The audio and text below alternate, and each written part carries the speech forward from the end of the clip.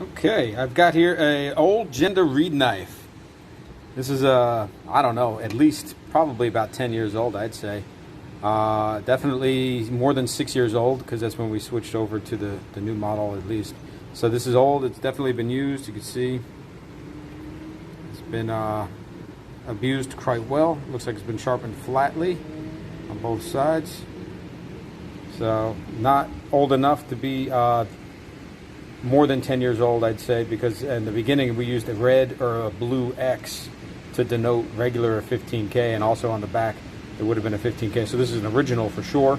Otherwise it would have said 15K on the other side with a branding.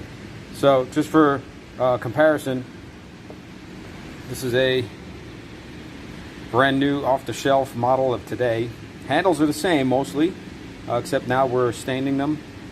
And we're also lasering the logo, and we're adding a little bit more blade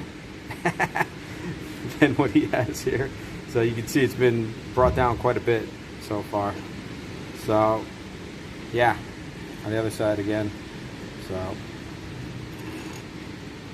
Jende Reed knife, built to last forever. So this is definitely a vintage one and a new one side by side.